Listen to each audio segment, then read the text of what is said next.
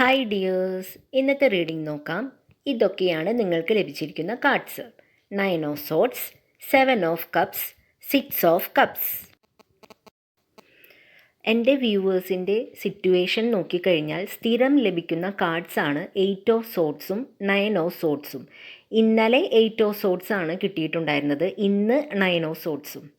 റീഡിങ്ങിലേക്ക് കടക്കാം. ഡിപ്രഷൻ, ഭയം, ദുസ്വപ്നം കാണുക തുടങ്ങി സ്റ്റേജിലൂടെയാണ് ഇപ്പോൾ നിങ്ങൾ കടന്നു പോകുന്നത്.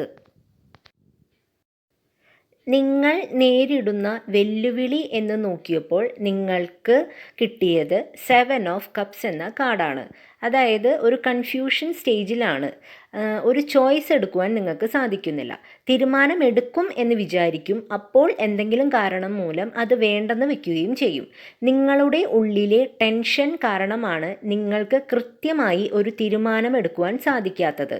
മൈൻഡ്ഫുൾനെസ്, മെഡിറ്റേഷൻ, ഇന്നർ വർക്ക് തുടങ്ങിയ പ്രാക്ടീസുകൾ ചെയ്തു തുടങ്ങുക.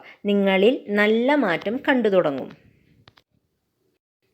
അങ്ങനെ നല്ല തീരുമാനങ്ങൾ എടുത്തു കഴിഞ്ഞാൽ എന്താണ് അടുത്ത് സംഭവിക്കുക എന്ന് നോക്കിയപ്പോൾ 6 ഓഫ് കപ്സ് എന്ന കാർഡാണ് ലഭിച്ചത്. തീരുമാനം എടുത്തു കഴിഞ്ഞാൽ, അതായത് കുറച്ച് റിസ്ക് എടുത്തിട്ടാണെങ്കിലും ഒരു തീരുമാനം എടുത്താൽ നിങ്ങളെ വിട്ടുപോയ അല്ലെങ്കിൽ ഉപേക്ഷിച്ചു പോയവർ തിരികെ വരും. ഫ്രണ്ട്സ്, റിലേറ്റീവ്സ് അങ്ങനെ ഓരോരുത്തരും വന്നു കഴിഞ്ഞാൽ പിന്നെ സ്ഥിരം ഡയലോഗുകളൊക്കെ കേൾക്കാൻ സാധ്യതയുണ്ട്. അതായത് നീ നന്നാവാൻ വേണ്ടിയാണ് ഞങ്ങളത് ചെയ്തത്, ഇത് ചെയ്തത് എന്നൊക്കെ.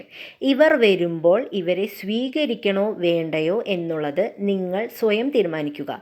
പക്ഷേ ആപത്ത് കാലത്ത് പഠിച്ച പാഠങ്ങൾ ഒരിക്കലും മറക്കരുത്. Thank you dears.